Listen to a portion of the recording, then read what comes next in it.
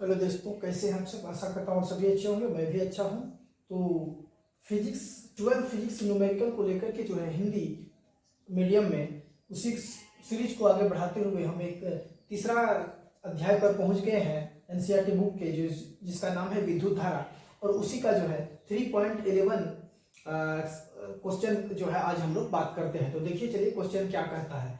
Question कहता है कि 18 वोल्ट विद्युत वाहक बल की एक संचालक बैटरी जिसकी आंतरिक प्रतिरोध 0.5 ओम है को श्रेणी क्रम में 15.5 ओम के प्रतिरोधक का उपयोग करके 120 वोल्ट के डीसी स्रोत द्वारा चार्ज किया जाता है। तो चार्ज होते समय बैटरी की टर्मिनल वोल्टेज क्या है और चार्जकारी परिपथ में प्रतिरोधक को श्रेणी क्रम में संबद्ध करने का क्या उद्देश्य है, ये क्वेश्चन पूछ रहा है। तो यहाँ पर हम लोग देखेंगे कि विद्युत वाहक बल की बात हो रही है। तो आखिर विद्युत वाहक बल क्या है, क्वेश्चन को डील करने के पहले ये सब छोटी छोटी चीज को हम लोग समझते हैं, है ना। विद्युत वाहक बल क्या है, तो प्रत्येक सेल में मतलब प्रत्येक बैटरी में के अंदर जो है रासायनिक ऊर्जा होता है और रासायनिक ऊर्जा को विद्युत ऊर्जा में परिवर्तन मतलब बदलने की जो क्षमता होती है उसी को हम लोग विद्युत वाहक बल कहते हैं, है ना। तो जो रासायनिक ऊर्जा को विद्युत ऊर्जा में चेंज करेगा तब ना वो विद्युत का काम को संचालित करेगा। तो रासायनिक ऊर्जा को विद्युत ऊर्जा में चेंज करने की जो क्षमता होती है उसी को हम लोग विद्युत ऊर्जा मतलब विद्युत वाहक बल कहते हैं। तो अभी यहाँ पर विद्युत वाहक बल 8 वोल्ट दिया गया है, मतलब वो बैटरी को अगर हम अच्छे से चार्ज कर देंगे तो वो 8 वोल्ट विद्युत प्रदर्शित करेगा यानी उत्पन्न करेगा।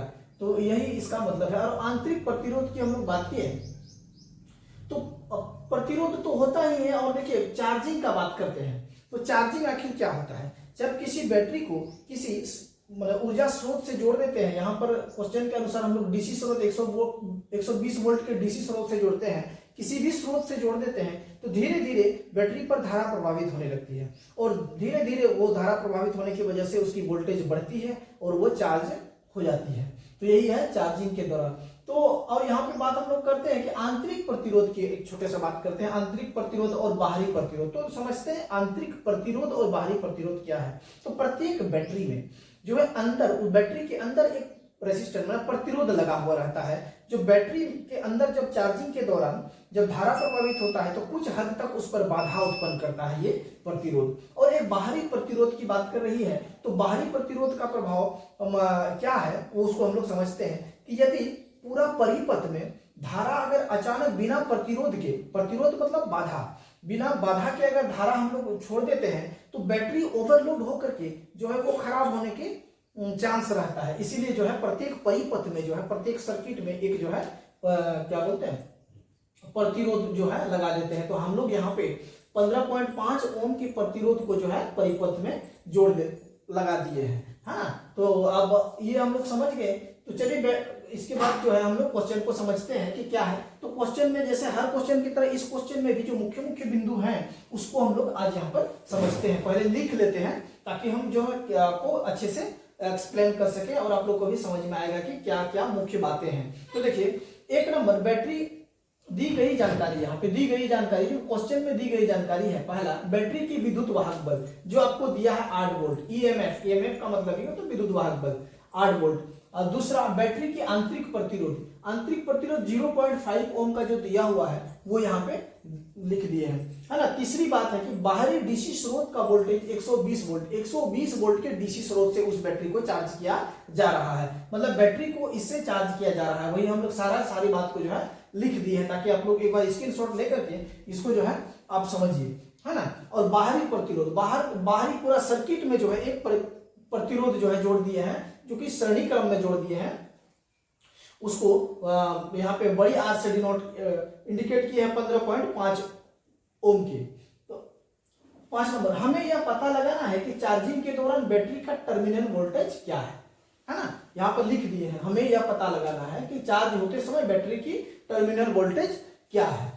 तो इसको जो है 3 चरण में हमने चरणबद्ध तरीके से लिख करके आपको समझाने की हम कोशिश किए हैं ताकि आपको समझ बेहतर तरीके से आ जाए। तो आपकी समझने की सुविधा के लिए जो है हमने इस प्रश्न को 3 चरणों में बांट करके आपके सामने प्रस्तुत किया। तो पहला चरण देखिए, इसको आप लोग समझिएगा कि भैया प्रतिरोध चाहिए ना टर्मिनल वोल्टेज निकालने के लिए। लास्ट में जो टर्मिनल वोल्टेज निकाल रहे हैं तो बिना प्रतिरोध के आप धारा निकाल नहीं सकते हैं, है ना। धारा अब बिना प्रतिरोध के निकाल नहीं सकते हैं, तो पहले प्रतिरोध निकालना बहुत जरूरी है। तो परिपथ में कुल प्रतिरोध देखिए, चार्जिंग के दौरान बैटरी के आंतरिक प्रतिरोध और बाहरी प्रतिरोध श्रेणी क्रम में जुड़े होते हैं। ये आप कंसेप्ट आप दिमाग में रख लीजिएगा। चार्जिंग के दौरान बैटरी के आंतरिक प्रतिरोध और बाहरी प्रतिरोध श्रेणी क्रम में जुड़े होते हैं, इसीलिए कुल प्रतिरोध इस सूत्र से, इसीलिए कुल प्रतिरोध। तो इसी सूत्र में हमने वैल्यू पुट कर दिया और कुल प्रतिरोध 16 ओम का हम लोग निकाल दिए। बड़ी आर मतलब बाहरी प्रतिरोध जोड़ आंतरिक प्रतिरोध, तो बड़ी बाहरी प्रतिरोध 15.5 जिसको हमने पुट किया है,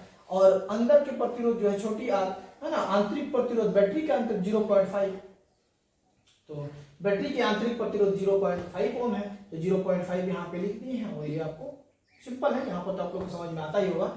अब दूसरी बात, चार्जिंग के दौरान यहाँ टोटल प्रतिरोध निकल गया, पूरा सर्किट का प्रतिरोध जो है 16 ओम निकल गया है ना। अब चार्जिंग धारा निकालना ओम के नियम से, ये तो आप लोग जानते ही हैं। तो यहां से हम धारा निकाल लिए, धारा मतलब आई बराबर बाहरी डीसी स्रोत का वोल्टेज माइनस बैटरी का ईएमएफ बटे प्रतिरोध, कुल प्रतिरोध। ये इस सूत्र में आप लोग पुट कर लीजिएगा। उसी का वैल्यू यहाँ पे 129 सॉरी 129 नहीं, यहाँ पे 120 है, यहाँ पे मिसप्रिंट हुआ है।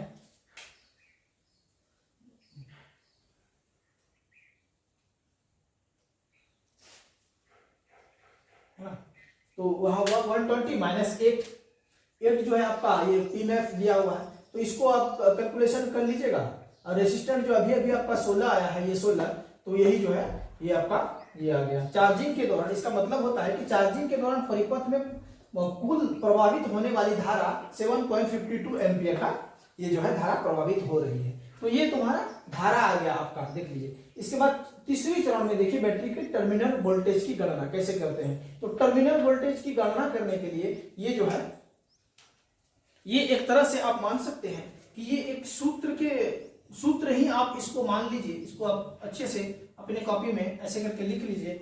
टर्मिनल वोल्टेज बराबर ये है ना, विद्युत ईएमएफ माने विद्युत वाहक बल और धारा गुना बैटरी के आंतरिक प्रतिरोध। जो टर्मिनल वोल्टेज का मतलब क्या है, टर्मिनल मतलब जैसे बैटरी है, एक प्लस और एक माइनस, तो ये दोनों के बीच जो है टर्मिनल वोल्टेज जो अंतर जो होता है, विभवांतर जिसको हम लोग बोलते हैं, है ना।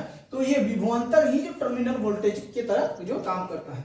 तो इसी का बैटरी के धारा, बैटरी में कितना धारा है और उसके अंदर भी कितना प्रतिरोध है जोड़, उसकी विद्युत वाहक बल कितना है ना। तो इसी को हम लोग फॉर्मूला में देखिए, यहाँ पर ईएमएफ जो है 8 दिया है, तो 8 वोल्ट दे दिए हैं। और धारा जो है अभी हमने निकाला ये, तो ये इसको लगा दिए हैं यहाँ पे 2 तो ये दोनों को मल्टीप्लिकेशन कर दीजिएगा तो ये आ जाएगा 7, और इसको जो आप कैलकुलेशन कर दीजिएगा तो ये आपका आंसर के रूप में यहाँ पर आ जाएगा, जो कि एनसीईआरटी बुक में आपका दिया हुआ है। तो उम्मीद करते हैं ये प्रश्न जो है आपको समझ में आ गई होगी। अगर प्रश्नों को समझ में आ गई हो तो सब्सक्राइब जरूर कर दीजिए, और चैनल को जो है आप लाइक भी कर दीजिए, वीडियो को, चैनल को सब्सक्राइब कर दीजिए, और अब जो है शेयर भी कर दीजिए अपने दोस्त, ताकि सभी कोई लाभान्वित हो जाएगा इस वीडियो से। तो इन्हीं शब्दों के साथ जो है अगले क्लास का वेट कीजिए, हम बहुत जल्द अगले क्लास भी ला रहे हैं। तो थैंक यू।